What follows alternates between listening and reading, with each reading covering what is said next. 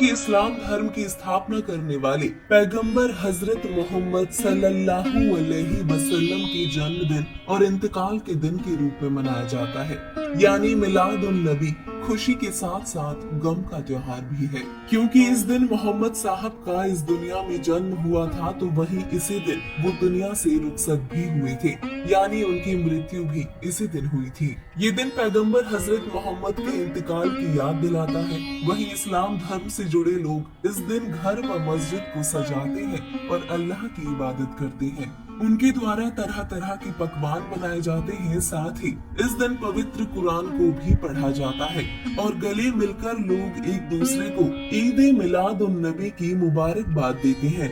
लेकिन इस्लाम धर्म को मानने वालों को ये जानना बेहद जरूरी है कि क्या पवित्र आसमानी किताब कुरान में इस तरह के पर्वों को मनाने का आदेश अल्लाह का है? क्या पैगंबर हजरत मोहम्मद जी ने कभी इस तरह के त्योहार मनाए थे? क्या एक दिन की इबादत से अल्लाह से मिलने वाला लाभ हमें प्राप्त हो सकता है? तथा वो कादर अल्लाह कौन है जिसने पूरी कायनात को 6 दिन में रचा, जो कि पवित्र कुरान शरीफ के अनुसार सबसे बड़ा अल्लाह है और वही इबादत के योग्य है। तो चलिए जानते हैं पवित्र कुरान पाक से। दर्शकों, सर्वप्रथम आपको बता दें कि पवित्र आसमानी किताब कुरान पाक में कहीं भी कादर अल्लाह का आदेश किसी त्योहार को मनाने का नहीं है और ना ही कभी हजरत मोहम्मद जी ने इस तरह के त्योहार मनाए थे, बल्कि कुरान ज्ञान देने वाले अल्लाह को कादर अल्लाह मानकर उसके बताए अनुसार हजरत मोहम्मद जी ने जी जान से उसकी इबादत की। लेखक मोहम्मद इनायतुल्लाह सुबहानी, अनुवादक नसीम गाजी फलाही, प्रकाशक इस्लामी साहित्य ट्रस्ट प्रकाशन, मरकजी मतकब्बा इस्लामी पब्लिशर्स दावत नगर, अबुल फजल एनक्लेव जामिया नगर नई दिल्ली से प्रकाशित पुस्तक जीवनी हजरत मोहम्मद की पृष्ठ 21 से 29, 33 से 34, 64, 307 से 315 में स्पष्ट है कि नबी बनने से पूर्व भी हजरत मोहम्मद जी का जीवन कष्ट में रहा। उन्हें एक अनाथ की तरह जीवन बिताना पड़ा। जब नबी बने तो हजरत मोहम्मद जी की आंखों के सामने उनके तीनों पुत्र कासिम, तैयब तथा ताहिर की मौत हो गई। इसके अलावा जब हजरत मोहम्मद 63 वर्ष के हुए तो 2 दिन असहाय पीड़ा के कारण दर्द से बेहाल होकर मृत्यु को प्राप्त हुए। विचार करें, जिस पिता के सामने तीनों पुत्र मृत्यु को प्राप्त हो जाए, उस पिता को आजीवन सुख हो सकता है? बिल्कुल भी नहीं हो सकता। विचार करें, जिस अल्लाह के भेजे रसूल नबी मोहम्मद जैसी पुण्य आत्मा जो कि कुरान शरीफ के अनुसार इबादत करते थे, उनके जीवन में कहर ही कहर यानी महान कष्ट रहा, तो अन्य अनुयायियों को कुरान शरीफ व मजीद में वर्णित साधना से क्या लाभ हो सकता है? दर्शकों, आपको बता दें, कुरान ज्ञान देने वाले अल्लाह द्वारा दिया भक्ति ज्ञान अधूरा है, क्योंकि कुरान का ज्ञान देने वाले अल्लाह ने पवित्र कुरान शरीफ सूरत फुरकानी 25 आयत 52 से 59, कुरान मजीद सूर अस-सजदा 32 आयत नंबर 4 और कुरान मजीद सूर बकरा 2 आयत नंबर 255 में कहा है कि हे नबी मोहम्मद, जो कबीर नामक अल्लाह है, उसने सर्व ब्रह्मांडों की रचना की है। वही सर्व पाप नाश करने वाला यानी पापों को क्षमा करने वाला है तथा सर्व के पूजा यानी इबादत करने योग्य है।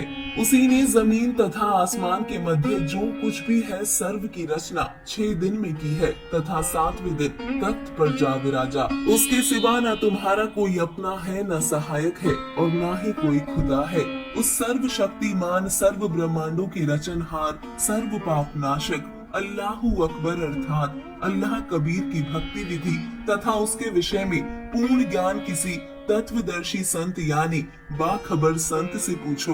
वही अल्लाह कबीर ने आदरणीय संत गरीबदास जी को बताया था कि गरीब हम ही अलग अल्लाह है, कुतुब गूस और पीर, गरीब दास खालिक धनी हमरा नाम कबीर। साथ ही पुस्तक भाई बाली वाली जन्म साखी के पृष्ठ 198 में साखी मक्के मदीने में काजी रुकन दीन सूरा के प्रश्न का उत्तर देते हुए सिख धर्म के प्रवर्तक श्री गुरु नानक देव जी ने कहा है, खालिक आदम सिरजिया आलम बड़ा कबीर, कायम दायम कुदरती सिर पीरा दे पीर सजदे करें खुदाई नू आलम बड़ा कबीर।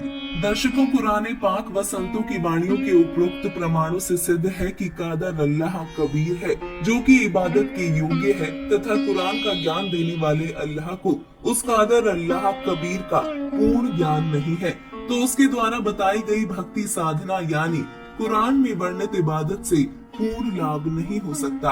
यही कारण है कि मुस्लिम धर्म गुरु, काजी, मुल्ला तथा पीर भी सत्य साधना तथा तत्व ज्ञान से वंचित है और अधूरे ज्ञान के आधार से गलत इबादत करके कुरान ज्ञानदाता के आदेश की अवहेलना करके पाप की भागी हो रही है। क्योंकि कुरान शरीफ में पूजा की सही विधि नहीं दी गई, बल्कि किसी बाखबर संत के पास जाने के लिए कुरान ज्ञानदाता ने संकेत किया है।